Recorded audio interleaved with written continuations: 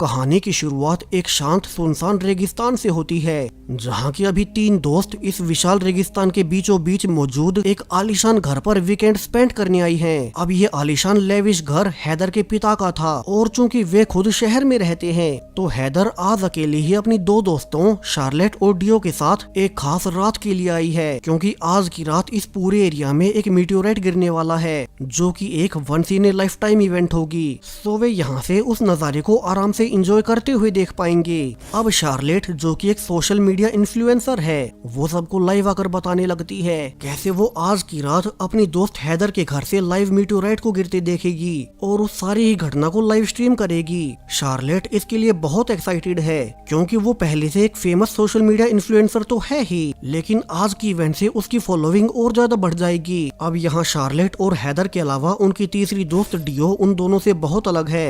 Deo ना तो social media चलाती है और न ही फैशनेबल कपड़े पहनती है, जिसका कि शार्लेट ने अपनी लाइव स्ट्रीम में मजाक भी उड़ाया। तीनों ही अब आज रात के लिए ड्रिंक्स और सब कुछ रेडी कर लेती हैं। हालांकि उनमें से किसी को अंदाजा तक न था कि आज की रात उस मीटियोराइट से पृथ्वी पर क्या आने वाला है। यहाँ धीरे धीरे शाम होते ही अब मीटियोराइट उन्हें दिखना शुरू हो गया और हैदर और डियो उसे देख हैरत में रह गई, क्योंकि ये मीटियोराइट आम मीटियोराइट से कुछ ज्यादा ही चमकदार था। वहीं पीछे शार्लेट तो इसीलिए परेशान थी कि अब जब उसे ये सारी इवेंट लाइव स्ट्रीम करनी थी, तो अचानक से ही सारे फोन्स में नेटवर्क चला गया और अब मीटियोराइट के नीचे गिरने के बाद तीनों ही अब अपने प्लान को कंटिन्यू करते हुए इसी शांत रेगिस्तान में आराम से ड्रिंक्स पीकर एंजॉय करने लगी। यहाँ हैदर और डियो शार्लेट को समझाती भी हैं कि वो इस पूरी इवेंट को लाइव स्ट्रीम ना कर पाने से निराश ना हो। सोशल मीडिया उसकी पूरी लाइफ नहीं है और अभी के लिए उसे पार्टी को एंजॉय करना चाहिए। लेकिन शार्लेट के अनुसार डियो जैसी लड़की, जिसके की आज तक 100 फॉलोअर्स तक नहीं है, वो कभी उसके फेम को नहीं समझ पाएगी। और अब तीनों ड्रिंक करते हुए बहुत नशे में हो गई कि तभी अचानक से उनके पूल में एक अजीब सा ऑब्जेक्ट आकर गिरा, जो कि इतना गर्म था कि पूरे पूल का पानी तक उबलने लगा। तीनों ही ये नोटिस भी करती है कि ये ऑब्जेक्ट तो अब हिल रहा है और इससे बहुत बुरी स्मेल आने लगी। सो हैदर जल्दी से उसे अपने पूल से निकालने लगती है ताकि वो सब कुछ बर्बाद न कर दे। यहाँ अब वे उसे बाहर निकाल कर देखते हैं कि ये तो एक जीता जागता जीव है, लेकिन उसके बॉडी ऑर्गन्स किसी को दिखाई नहीं देते। सो तीनों अंदाजा लगाने लगती है कि ये कोई डेजर्ट में पाया जाने वाला एनिमल होगा, जिसके बारे में शायद उन्हें ना पता हो। उन्हें तो वैसे भी किसी भी एनिमल के बारे में नहीं पता। सो तीनों अंदर जाकर कुछ एनिमल्स की मैगजीन्स देखने लगती हैं, ताकि उन्हें इस जीव की स्पीशीज के बारे में पता चल सके। इंटरनेट तो यहाँ मीटियोराइट के गिरने के बाद से ही नहीं चल रहा, वरना तो वे उसकी फोटो लेकर ऑनलाइन सर्च कर सकते थे, लेकिन अब यहाँ मैगजीन्स में भी उन्हें कोई क्लू नहीं मिलता। सो हैदर डर जाती है कि उसके पिता उस पर बहुत गुस्सा होंगे, जो एक गंदा सा जीव उनके पूल में गिर गया और उन्हें सब कुछ साफ करवाना पड़ेगा। हालांकि शार्लेट उसे समझाती भी है कि वो भी इसके बारे में ज्यादा ना सोचे, और तीनों ही अब और ज्यादा ड्रिंक करके वैसे ही सो गए। अब सुबह तीनों की आंख बहुत ज्यादा हैंगओवर से खुल रही थी। वे कल की रात बहुत ज्यादा नशे में होने से उस वक्त एक दूसरे से ही लड़ने लगे। सो अब वे कुछ ब्रेकफास्ट करने लगते हैं ताकि उन्हें बेटर फील हो सके, लेकिन अब उनके मोबाइल फोन ही ग्लिच करने लगते हैं। डियो कहती है कि शार्लेट और हैदर का फोन बहुत एडवांस्ड है, तो वे उसका फोन ट्राई करे जो कि पुरानी टेक्नोलॉजी का था, लेकिन ये वाला फोन भी अब चलाते ही मेल फंक्शन करते हुए बंद पड़ गया। उन्हें समझ नहीं आता कि एक ही साथ उन सब के फोन कैसे बंद हो सकते हैं। वहीं शार्लेट तो एक इन्फ्लुएंसर है, सो उसे तो हर रोज ढेरों पोस्ट और वीडियोस पब्लिश करनी पड़ती हैं, वरना तो उसकी फॉलोइंग कम होने लगेगी। तो उसे तो इंटरनेट और फोन्स किसी भी कीमत पर चाहिए। अब शार्लेट गुस्से में बाकी दोनों को सुना ही रही थी कि तभी उन्हें बाहर से उस एनिमल के बारे में याद आया, जिसे कि वे कल रात नशे में बाहर अपने लॉन में ही छोड़ आई थी। वे बाहर निकल कर देखती हैं कि वो जीव अब उस कपड़े से निकलकर कहीं रेंग कर चला गया और उसके पीछे एक अजीब तरह का काला लिक्विड पड़ा हुआ है। सो वे अब सेफ्टी के लिए एक टूल लेकर उस एनिमल के निशानों का पीछा करने लगते हैं और उन्हें थोड़ी ही आगे वो जीव दिख भी गया। और जब वे तीनों उसे नोटिस कर ही रही थी कि अचानक से पीछे से एक लड़के के आने से वे तीनों डर गई। अब वो लड़का अपना नाम ब्रेट बताता है और रिवील करता है कैसे हैदर के पिता ने उसकी फैमिली को हर रोज इस आलीशान घर के लॉन की घास काटने के लिए हायर किया था और उनकी फैमिली का छोटा सा लकड़ी का कैबिन यहाँ से थोड़ी ही दूरी पर है। उनके अलावा इस दूर दूर तक फैले रेगिस्तान में और कोई घर नहीं। ब्रैट अब सब बताकर अपना रोज वाला काम करने लगता है। तो अब हैदर ने उसे उस अजीब से जीव के बारे में बताया और वो उसे ऑफर करती है कि वो उसे और ज्यादा पैसे दे देगी। ब्रैट उस जीव को उनके लोन से निकालकर बाहर कहीं दूर फेंक आए। हालांकि ब्रैट मना कर देता है क्योंकि उसे ऐसे एनिमल से डर लगता था, लेकिन फिर भी वो एक किस के बदले में ऐसा करने को तैयार हो जाता है। वहीं वे तीनों लड़कियां तो वैसे ही उस जीव से डर रही थी। तो अब हैदर और शार्लेट ने इसके लिए इंट्रोवर्ट डियो को भेज दिया और ब्रैट जो कि उसे चाहिए था वो मिलने के बाद उस जीव को एक चादर पर ढकेलने लगता है ताकि उसे दूर फेंक कर आ सके। हालांकि अब इस जीव का वजन कुछ ज्यादा ही बढ़ गया, जिससे कि ब्रैट उसे मुश्किल से ढकेल पा रहा था। और जब उसने फाइनली उसे एक चादर पर ढकेल ही दिया कि अचानक से उस जीव से उसका सिर उग आया और वो बहुत तेज वाइब्रेशंस निकालने लगता है, मानो कि समय के साथ अब उसके ऑर्गन्स निकल रहे हों, जिससे कि ब्रैट डरकर वापस से अपने कैबिन की ओर भाग जाता है। तीनों लड़कियां भी देखती है कि वो जीव लगातार अजीब से तेज वाइब्रेशन निकाल रहा था और ब्रैट तो डरकर भाग ही गया। यहाँ हैदर पॉइंट आउट भी करती है कि कैसे अब तो उस जीव के ऑर्गन्स निकलने लगे। सो क्या हो ये कोई एलियन जीव हो जो कि उस कल रात वाले मीटियोराइट से पृथ्वी पर आ गया है और अब वो समय के साथ धीरे धीरे पृथ्वी के वातावरण के अनुसार खुद को ढाल रहा है। सो उन्हें उस जीव को अभी मार देना चाहिए। हालांकि डियो इसके लिए मना कर देती है, क्या पता ये एलियन जीव खतरनाक ना हो और उन्हें ऐसे बिना कुछ जाने समझे किसी की जान नहीं लेनी चाहिए। वे इसके बारे में सरकारी अथॉरिटीज को इन्फॉर्म कर देंगी जिससे कि वे इस पर रिसर्च कर सके।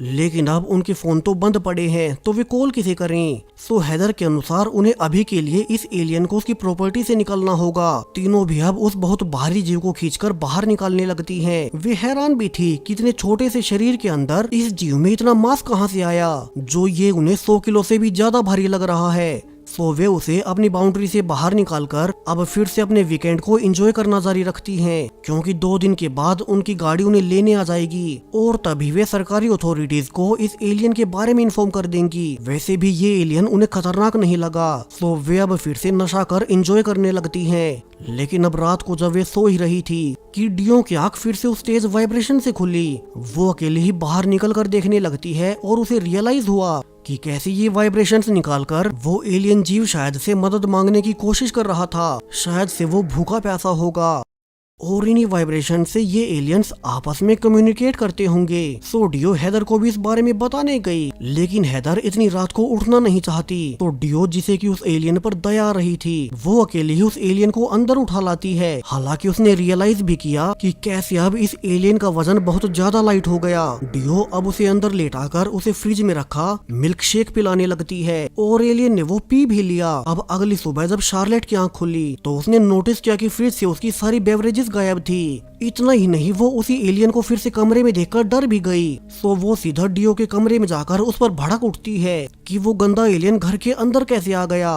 अब डियो के ये बताने पर कि वो एलियन रात को भूख से रो रहा था, जिसके बाद हैदर अब उस एलियन को फिर से बाहर छोड़ने को कहती है। और जब डियो उसे फिर से उठाने भी गई तो वो एलियन फिर से तेज वाइब्रेशन निकालने लगता है, जिससे कि हर किसी के सिर में दर्द हो रहा था। डियो कहती है कि ये एलियन नहीं चाहता कि वे उसे बाहर निकाले।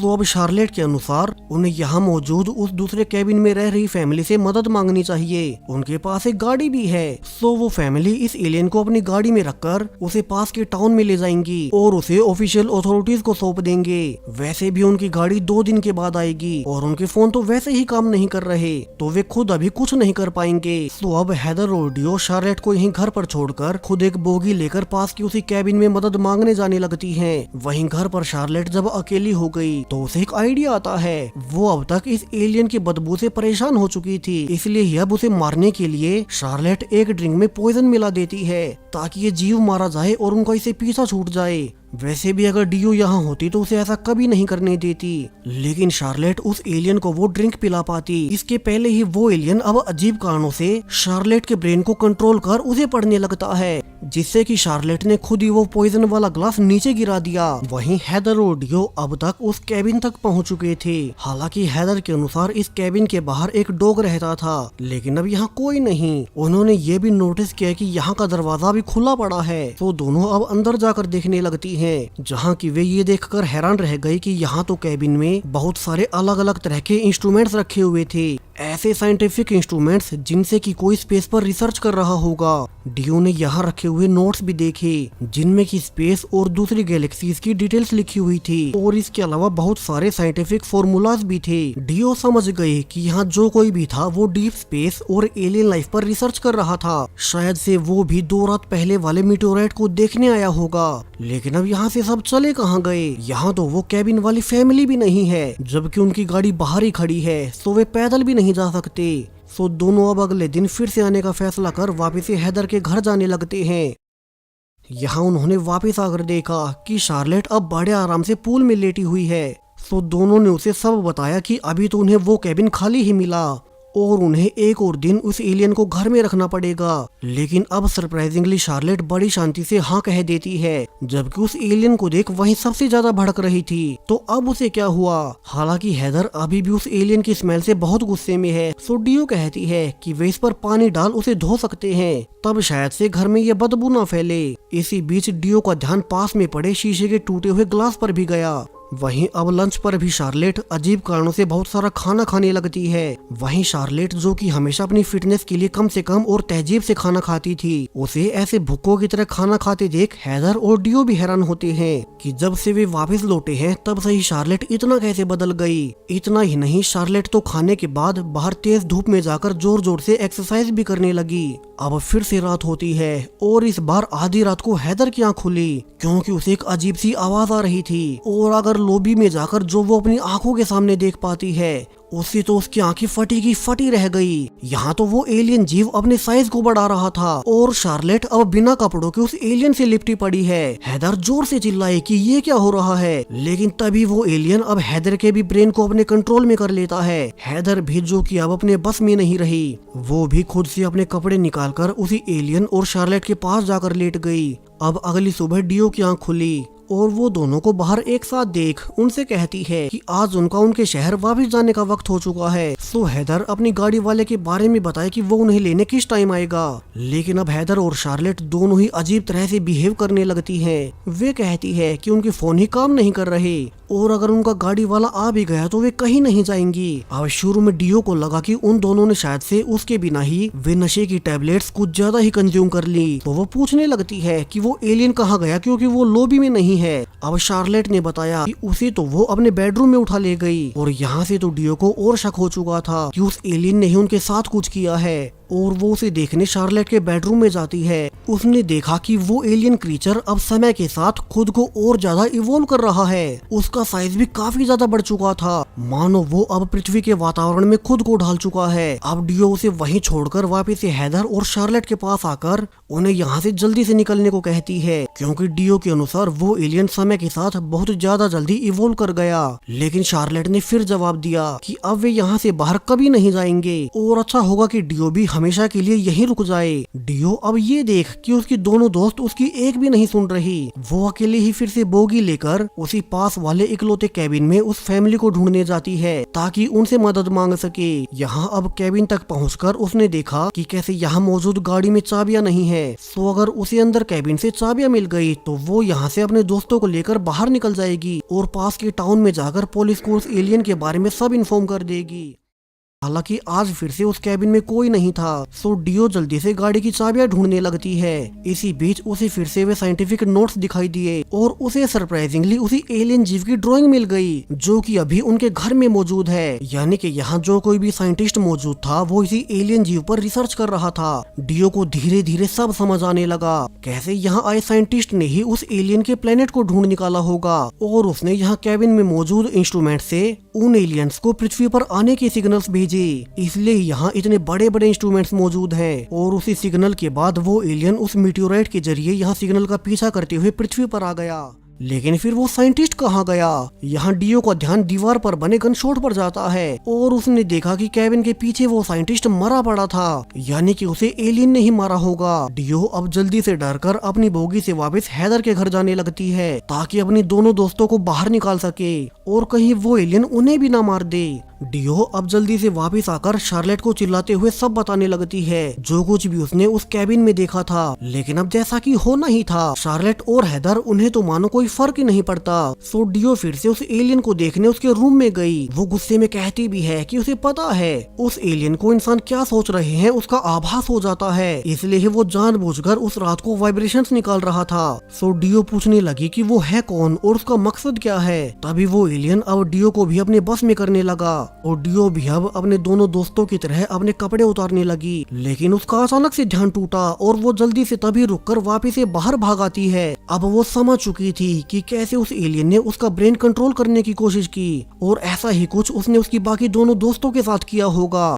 सो डियो अपनी बाकी दोनों दोस्तों को यहाँ से पैदल ही भागने को कहती है, लेकिन शार्लेट के अनुसार वे अब कहीं नहीं जाएंगे। और तभी अचानक से शार्लेट का पेट अपने आप ग्रो होने लगता है। वहीं हैदर के साथ भी यही हो रहा था, यानी कि उस एलियन जीव ने दोनों को ही अपनी आबादी बढ़ाने के लिए इस्तेमाल किया। डियो आगे ये देखकर और हैरान रह गई, कैसे उसकी दोनों दोस्तों की आंख और मुंह से वही काला लिक्विड निकलने लगा, जो कि शुरू में उस एलियन से निकल रहा था और सेम वही बदबू भी आने लगती है। यहाँ डियो चाहकर भी उन्हें संभाल नहीं पाती। वो समझ गई कि शायद से वे उस एलियन के बच्चे को जल्द ही जन्म दे देंगी और फिर खुद उस एलियन बेबी को जन्म देने के बाद जिंदा नहीं बच पाएंगी। सो डियो अब उस एलियन को ही जान से मारने का फैसला करती है ताकि इन सब को यही रोक सके। लेकिन जब वो उसे मारने अंदर गई ही थी कि हैदर और शार्लेट अब उसे रोकने के लिए उस पर अटैक करने लगी और वे डियो के सिर पर वार कर उसे नीचे गिरा देती हैं। डियो जो कि अब तक घायल हो चुकी थी, वो उस एलियन से पूछती है कि वो असल में चाहता क्या है और आया कहाँ से। जिसके बाद वो एलियन अब फिर से डियो को उसके ब्रेन में विजन्स दिखाकर सब समझाने लगा,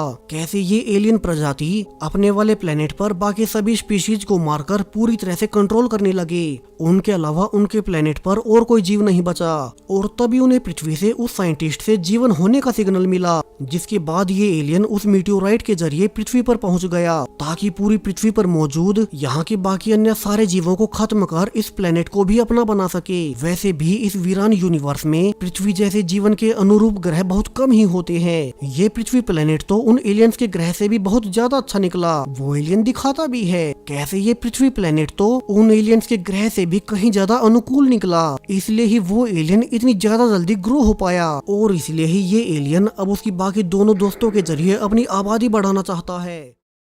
वहीं अजीब कारणों से जब उसने डियो को अपने काबू में करने की कोशिश की तो उसके मन की दृढ़ शक्ति मजबूत होने से वो उसके हिप्नोटिज्म में नहीं फंसी। सो वो एलियन अब फिर से यही कोशिश करता है, क्योंकि इन एलियन जीवों के पास उनकी यही एबिलिटी है कि वे अन्य जीवों के ब्रेन को कंट्रोल कर सके। लेकिन जब इस बार भी डियो खुद को बस में नहीं होने देती तो उसने फाइनली एक हथियार उठाकर उस एलियन को ही जान से मार दिया। जबकि हैदर और शार्लेट जो कि एलियन से प्रेग्नेंट थी, वे एलियन बेबी को जन्म देने के लिए दूर भागने लगती हैं। डियो को पता भी था कि वो और एलियंस को पैदा नहीं होने दे सकती, सो वो अब उसी बोगी का इस्तेमाल कर पहले जल्दी से रेगिस्तान में दूर भाग रही हैदर को टक्कर मारती है। डियो समझ गई कि इसे काम नहीं बनेगा, वो इंसानियत को लेकर रिस्क नहीं ले सकती और उसे हैदर के पेट में मौजूद उस एलियन को नष्ट करना होगा। तो वो अब ना चाहते हुए भी रोते हुए उसी औजार से हैदर के पेट पर वार कर उस एलियन बेबी और अपनी दोस्त दोनों को मार देती है। इसके बाद उसने देखा कि शार्लेट अभी भी भाग रही थी, तो वहीं अब तक उस बोगी का ईंधन भी खत्म हो गया। सो डियो अब तेजी से दौड़कर शार्लेट के पीछे जाने लगी। वहीं शार्लेट जो कि खुद के काबू में नहीं है, वो अपने एलियन बेबी को बचाने के लिए डियो से लड़ने लगी। जबकि पीछे अब तक वहीं गाड़ी वाला आदमी आ चुका था, जिसे कि आज तीनों दोस्तों को वापस लेकर जाना है। वो देखता है कि यहाँ तो डियो और शार्लेट आपस में लड़ रही हैं और उसे डियो के पास हथियार देखकर गलतफहमी हो गई कि डियो ही शार्लेट को मारने की कोशिश कर रही है। और जब डियो शार्लेट के ऊपर आकर उसके पेट पर मारने ही वाली थी कि एन वक्त पर ड्राइवर ने उसके हाथ पर गोली मार दी, जिसके बाद वो घायल शार्लेट को उठाकर गाड़ी में ले जाने लगता है ताकि पास के टाउन में ले जाकर उसका इलाज करवा सके। वहीं डियो के सिर्फ हाथ में गोली लगी थी, तो वो फिर से उठकर गाड़ी के पीछे जाने लगी कि कहीं वो ड्राइवर उस एलियन को मेन टाउन तक ना पहुंचा दे, फिर तो पूरी पृथ्वी ही खतरे में आ जाएगी। उसने कार के पास जाकर देखा कि यहाँ एलियन के बस में शार्लेट ने उस ड्राइवर को भी मार दिया। सो डियो अब उस गाड़ी में रखी राइफल उठाती है। उसने गाड़ी के पीछे जाकर देखा कि शार्लेट उस एलियन बेबी को जन्म देना शुरू कर चुकी थी और एलियन के पैदा होते ही शार्लेट तो वैसे भी मारी जाएगी। सो डियो अब अपने मन को मजबूत कर शार्लेट के पेट में शूट कर देती है और डियो ने फाइनली उस मेन एलियन समेत उन दोनों एलियंस बेबीज को भी मार दिया। लेकिन इसके साथ उसकी दोनों दोस्त भी मारी गई हालांकि डियो को इतनी तो शांति थी कि उसने कम से कम अपनी पृथ्वी को उन एलियन से बचा लिया, लेकिन तभी डियो ये देखकर हैरान रह गई कि अब आसमान में उसी एलियन प्लेनेट से हजारों लाखों मीटियोराइट्स पृथ्वी पर गिर रहे थे, जिसके बाद ऐसे ही लाखों एलियंस पृथ्वी पर कब्जा कर लेंगे। यानी कि उस साइंटिस्ट के सिग्नल्स को अकेले इस एलियन ने नहीं बल्कि उस प्लेनेट पर मौजूद सारे एलियंस ने सुन लिया था और अब पृथ्वी का भविष्य अंधकार में जा चुका है। यहाँ पर इंसानों समेत सारा जीवन खत्म हो जाएगा और इसी शॉकिंग एंडिंग के साथ ये मूवी यहीं पर खत्म हो जाती है। सो वीडियो को लेकर अपनी राय कमेंट्स में बताएं। Thank you.